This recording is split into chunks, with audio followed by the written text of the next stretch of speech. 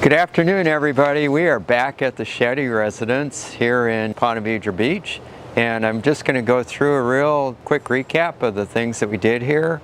I am sure that you saw pictures of this site before we came in here, but we've added a new gravel walkway.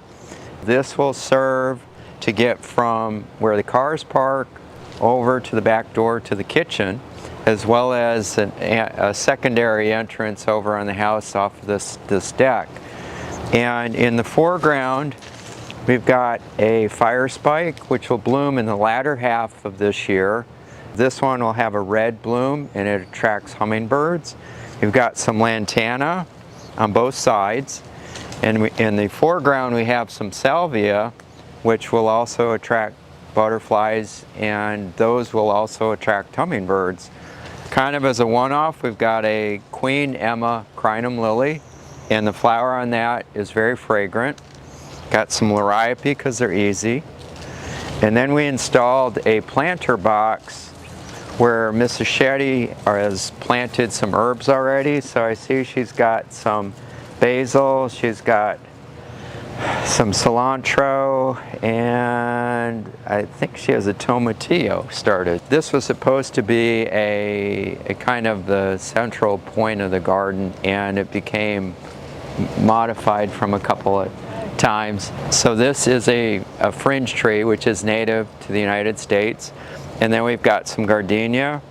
She also has some white blooming hydrangeas, so she wanted a bunch of white flowering plants in here.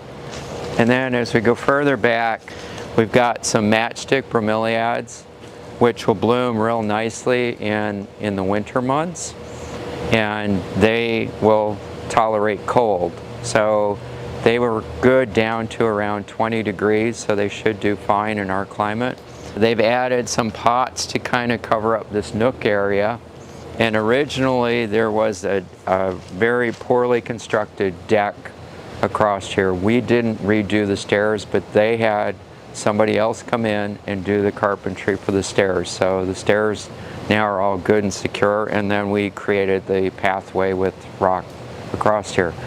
We did a little bit in the front, which we're going to walk over to. So we're now in the front yard. This was kind of a last-minute addition to the project, and with the graduation that took place, the Shettys were hoping to enhance the look of the front yard, and if you see the before pictures, you'll understand this is quite an achievement on a very short notice.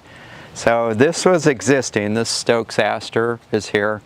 We added some more grasses that play off the fact that we have grasses on this side which were existing. We've added some blue Daze. At this time of day, they tend to go kind of dormant. They'll be bright again in the morning.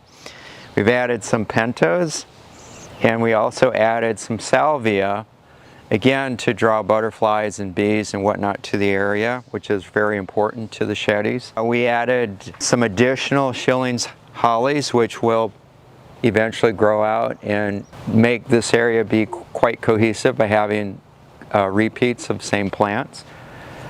There's an existing bougainvillea, which is still there, and then we've got some additional grasses, and then we put in some iris, Regina iris, which has a purple bloom, and we added some more Schillings, and I think this area is vastly improved from where we started from. It's a lot easier to maintain than what was here, and I think for a front yard this is a much more fitting of the entryway of the house. Additionally, we did a couple of trellises on this side over here, and we've got some bleeding heart vine which will grow up probably within 2 or 3 months and cover the entire trellis and blooms all summer. And lastly, as I like to say, this yard is now flamingo worthy. I usually have to provide the flamingos, but my flamingo flock has some friends that have joined in the party. So you can never have too many flamingos in your flock. This is representative of a great collection. They're all wearing cap and gown, and I want to commend them for their excellent choice in lawn art, and congratulations to the graduate.